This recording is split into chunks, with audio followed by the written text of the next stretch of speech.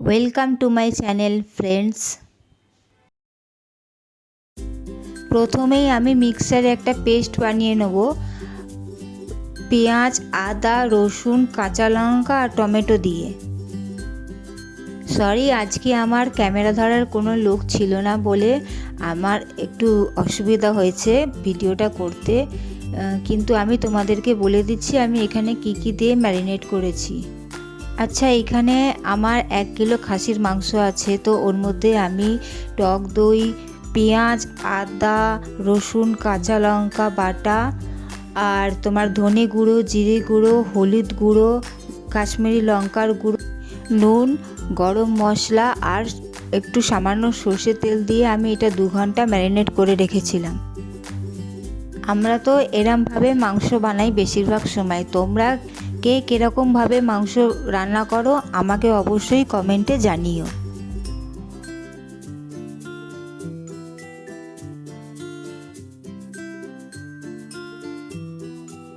মাংসটা আমি পুরোটাই প্রেসার কুকারে করব, তাই আমি ওর মধ্যে সামান্য সর্ষের তেল দিয়েছি আর ফোড়নে তেজপাতা দিয়েছি। তেজপাতাটা কয়েক সেকেন্ড একটু নাড়াচাড়া করে ওর মধ্যে আমি পেঁয়াজ কুচি দিয়ে দিয়েছি পরিমাণ মতন।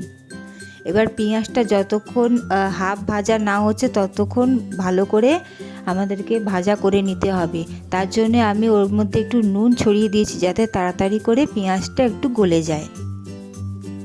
আচ্ছা, পেঁয়াজটা আমার মোটামুটি হাফ ভাজা হয়ে গেছিলো, তাই জন্য আমি ম্যারিনেট করা মাংসটা পুরোটাই আমি প্রেসার কুকারে দিয়ে দিলাম। এই সময় গ্যাসটা লো ফ্লেমে রেখে মাংসটা ভালো করে হাতে সময় নিয়ে কষিয়ে নিতে হবে। যত কষাবেন মাংসের টেস্ট তত হবে। এবার যতক্ষণ না তেল ছাড়বে ততক্ষণ আমাদের মাংসটা কষিয়ে নিতে হবে। দেখুন, দই দেওয়া ছিল বলে মাংস থেকে জল বেরোনো শুরু করেছে।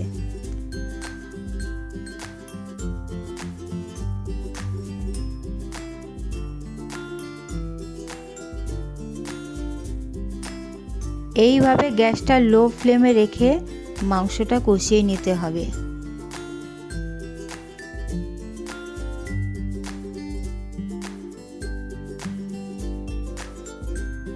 দেখো বন্ধুরা, জলটা যে পরিমাণ বেরিয়েছিল সেটা পুরো একদম শুকিয়ে গেছে এবং যে মশলাগুলো দিয়ে আমি মাংসটা ম্যারিনেট করে রেখেছিলাম সেই মশলাগুলো ভালো করে কুক হয়ে গেছে এবং সেইখান থেকে পুরো তেলটা বেরিয়ে এসছে।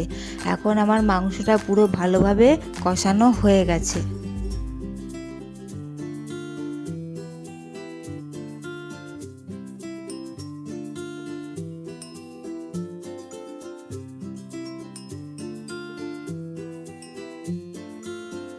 মাংস পুরো ভালোভাবে কষানো একদম হয়ে গেছে, পুরো তেল ছেড়ে দিয়েছে।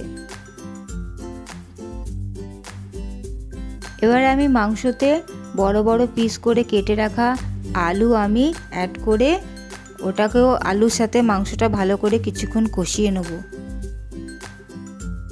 মাংসের সাথে আলুটাও আমার ভালো করে কষানো হয়ে গেছে। আচ্ছা, এইবার আমি একটু গরম জল অ্যাড করে দেবো মাংসতে। গরম জল দিয়ে মাংসটা আমি ভালো করে সেদ্ধ করে নেব।